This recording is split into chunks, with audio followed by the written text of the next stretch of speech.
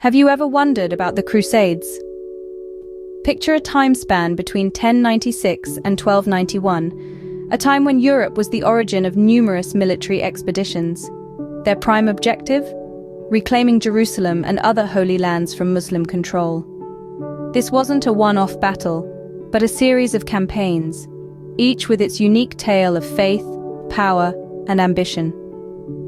Thus began a series of expeditions that would shape the world for centuries to come. But what caused these monumental events to take place? The reasons are multifaceted, each layer interweaving with the next. At the heart of it was religious fervor. Christians felt a deep-seated urge to liberate the Holy Land from Muslim rule, driven by spiritual duty and the promise of eternal salvation. However, beneath this spiritual veneer, political ambitions ran high. The Crusades were a golden opportunity for European leaders, allowing them to expand their territories and consolidate their power. They became a platform for nobles to demonstrate their military prowess, bolster their reputation, and gain the favor of the Church. And let's not forget the lure of economic gain. The Crusades opened up new trade routes to the east, enticing adventurers with the promise of exotic goods and untold wealth.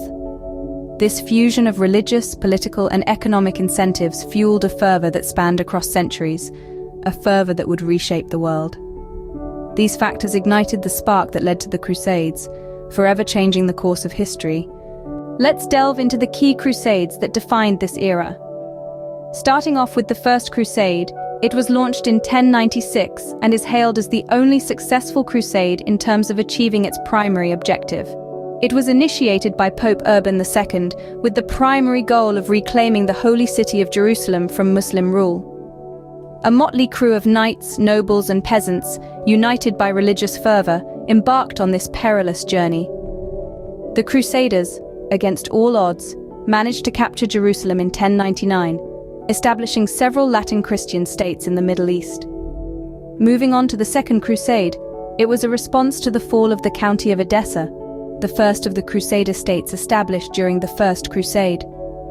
This crusade was led by notable figures like King Louis VII of France and Emperor Conrad III of Germany.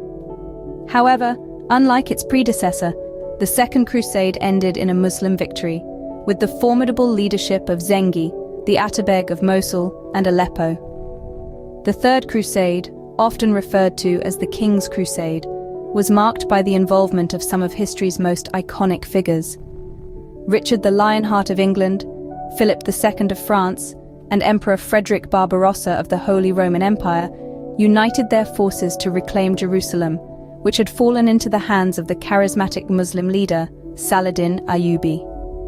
Despite the star-studded cast of crusaders, the Third Crusade ended in a stalemate, with neither side able to claim a decisive victory. These major crusades marked significant shifts in the balance of power between the East and West. The First Crusade established Christian footholds in the Middle East, while the Second and Third Crusades showcased the resilience and strategic prowess of Muslim leaders. This turbulent era of history, characterized by religious fervor, political intrigue, and epic battles, continues to captivate and intrigue us today. The Crusades were not just about battles and conquests, they had far-reaching consequences.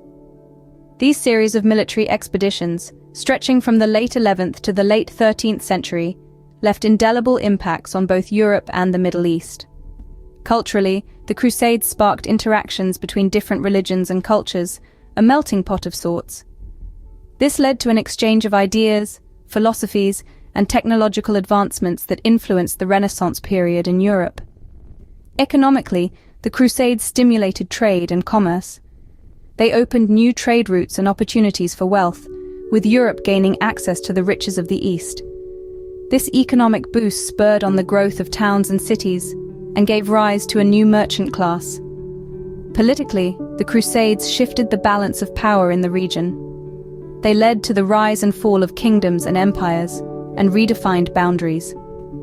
The Crusades, therefore, had a profound and lasting impact on the world. So, what is the legacy of the Crusades? Let's reflect.